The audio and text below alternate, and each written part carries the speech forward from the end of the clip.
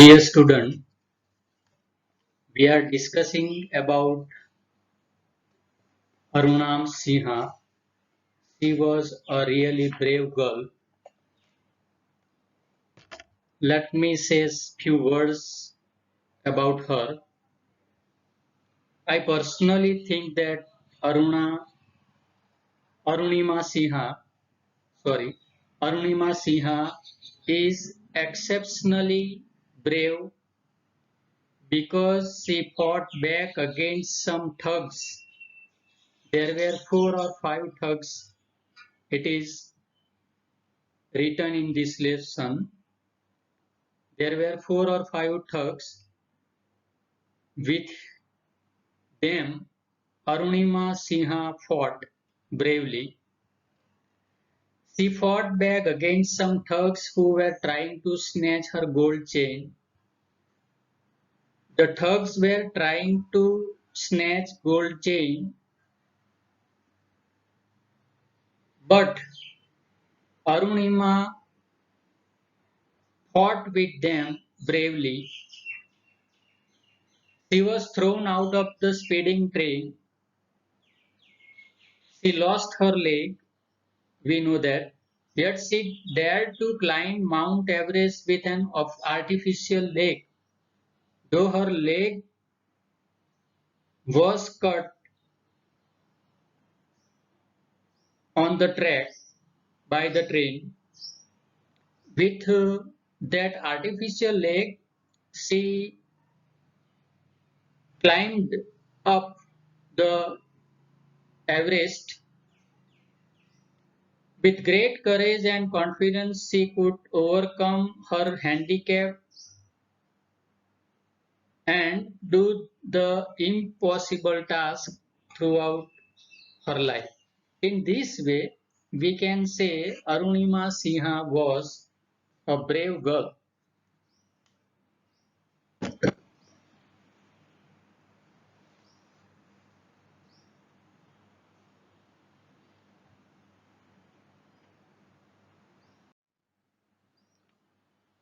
Now we are discussing about first scene.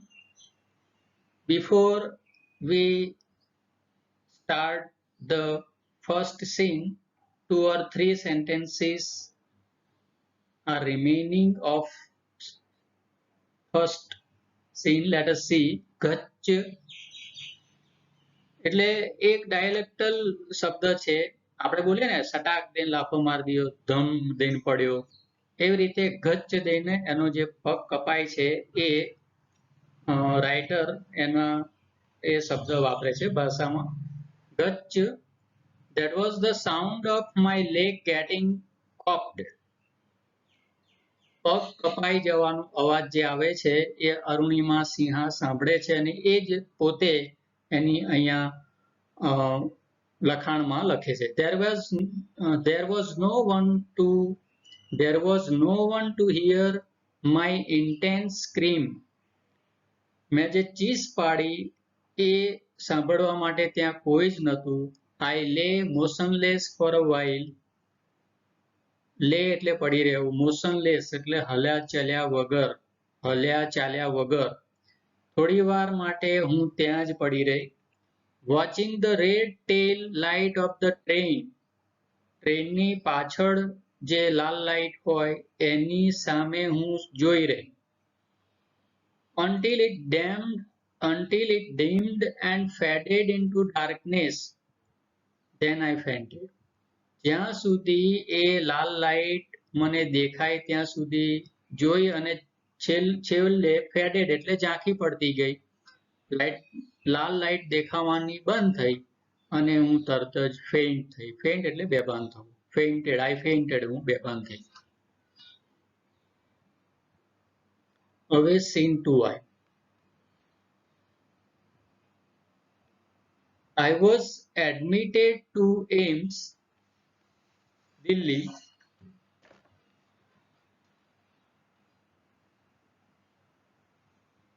All India Institute of Medical.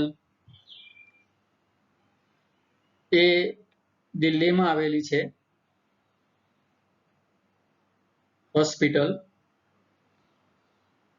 On the intervention of the PM, intervention એટલે ભલામણ, Prime Minister ની ભલામણથી I was admitted in AIMS, which is in Delhi. વડાપ્રધાનની ભલામણથી મને દિલ્હીની AIIMS હોસ્પિટલમાં દાખલ કરવામાં આવી. The Union government would bear the entire cost of my treatment. Government મારું સમગ્ર ટ્રીટમેન્ટનું જે ખર્ચ છે એ ઉપાડવા માટે તૈયાર હતી. Soon AIMS began issuing daily medical bulletin on my status. AIMS મારું દરરોજનું મેડિકલ બુલેટિન એ બહાર પાડતી હતી, મીડિયામાં રજૂ કરતી હતી. I was told that young people, auto drivers and roadside vendors were carrying out candle march to galvanize support for me and pray for my recovery. I was told, મને કહેવામાં આવ્યું સરકાર દ્વારા કે યંગ પીપલ એટલે યુવાન લોકો, auto drivers, રિક્ષા drivers, road side vendors એટલે રોડની સાઈડો ઉપર બેસતા ફેરિયાઓ, એ બધા જ મારા સપોર્ટમાં હતા અને મારી રિકવરી માટે, હું જલ્દી સાજી થઉં એના માટે પ્રાર્થના કરતા હતા. With the help of the best and the latest technology, શ્રેષ્ઠ અને અતિ આધુનિક ટેકનોલોજીની મદદથી, લેટેસ્ટ ટેકનોલોજી, શ્રેષ્ઠ ટેકનોલોજી, અતિ આધુનિક ટેકનોલોજીની મદદથી, ગ્રેજ્યુઅલી એટલે ધીમે ધીમે, ક્રમશઃ, ધીમે ધીમે, I started responding to the treatment. ટ્રીટમેન્ટમાં મને સારું થવા લાગ્યું.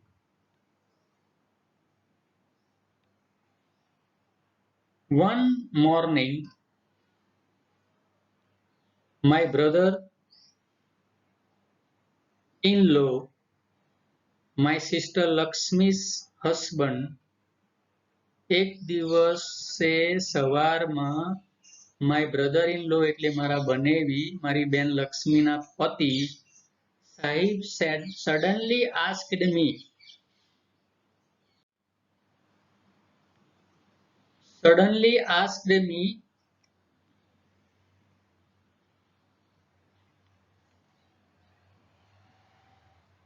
એવરેસ્ટ ચઢોગી? હિન્દીમાં બોલે છે, શું તું એવરેસ્ટ ચઢીશ? He had just read an interesting piece of information in the newspaper. એમણે એક ન્યૂઝપેપરમાં એક રસપ્રદ કટિંગ વાંચ્યું હતું. એમાં એવું હતું, no female amputee had ever scaled Everest. અત્યાર સુધી કોઈ અપંગ સ્ત્રીએ એવરેસ્ટને સર કર્યું નથી. I wasn't amused. આ વાત સાંભળીને હું ખુશ ન થઈ. કેમ? કારણ કે I have lost a leg. મારો એક પગ તો કપાઈ ગયો હતો. And you are talking about my Mount Everest. અરુણિમાએ એના જીજાજીને કહ્યું કે મારો એક પગ કપાઈ ગયો છે ને તમે માઉન્ટ એવરેસ્ટ ચડવાની વાત કરો છો. I started talking to myself. અને પછી હું મનમાં બબડવા લાગી, મારી જાતે વાત કરવા લાગી. If I could take a shot at Everest and succeed. જો ખરેખર હું આ એવરેસ્ટને સર કરું અને એમાં ખરેખર હું સફળ થઉં, succeed એટલે સફળ થઉં, I would become the first female amputee to hold that record. તો હું પ્રથમ અપંગ મહિલા જે પર્વત એવરેસ્ટ સર કરે છે એના રેકોર્ડમાં મારું નામ બોલાય અને હું એ સ્ત્રી બનું.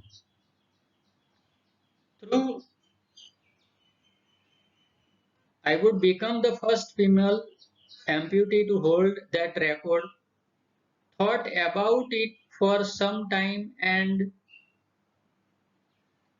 I conveyed to Sahid my willingness to take up the challenge. ठीक है, हम करेंगे. એટલે એ વિચારતી હતી અને તરત જ પાછું મેં મારા જીજાજીને કહ્યું કે મારી ઈચ્છા છે અને એ challenge I take up the challenge, આ હું પડકાર ઝીલું છું. અને એણે કહ્યું ઠીક હે હમ કરેંગે, એટલે હું આ કામ કરવા માટે તૈયાર છું. વિદ્યાર્થી મિત્રો, તમે જુઓ કે જે વ્યક્તિ અત્યારે હોસ્પિટલમાં છે, એનો પગ કપાઈ ગયો છે, એની ટ્રીટમેન્ટ ચાલે છે, આર્ટિફિશિયલ પગ આવવાની હવે તૈયારી છે, એવી અવસ્થામાં અરુણિમા સિંહા એવરેસ્ટ શિખર સર કરવાની અને પોતાના નામે એ રેકોર્ડ સિદ્ધ કરવા માટે થઈને એ તૈયાર છે. તમે વિચારો કે એની માનસિક સ્થિતિ કેટલી ઉચ્ચ કક્ષાની હશે. સામાન્ય માણસ, એક બીમાર માણસ દવાખાનામાં હોય તો એ કણસતો હોય ને કેટલી બાજુનું દુઃખ વધારે પડતું રજૂ કરતો હોય અને નાસીપાસ થઈ જાય, ડિપ્રેશનમાં આવી જાય, નાખુશ થાય. તેની જગ્યાએ આ વ્યક્તિ પોતાનો પગ ગુમાવી ચૂકી છે, છતાંય હવે પગ વગર તો એવરેસ્ટ શિખર સર કરવું એ અઘરું છે, પણ એ પોતે પોતાનો વિલ પાવર એ મજબૂત કરે છે અને આવી ચેલેન્જને પડકારે છે. તો એ ખરેખર નોંધનીય બાબત કહેવાય. ઠીક હે હમ કરેંગે, આઈ સેડ, મેં એમને કહ્યું, I now had something to look forward to. હવે મારે એમાં કંઈક કરવું પડશે. A mission, a goal, a mission, a goal, a mission, a goal, a reason to dream.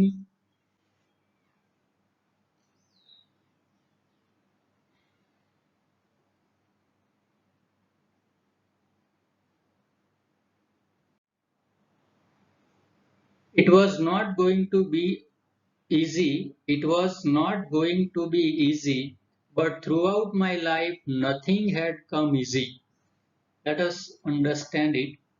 ठीक है हम करेंगे. I said I now had something to look forward to. મારે કંઈક કરવું પડશે. A mission એટલે કે મારા જીવનમાં એક મિશન હોવું જોઈએ, એક ગોલ હોવો જોઈએ, ધ્યેય હોવો જોઈએ. A reason to dream, to be easy.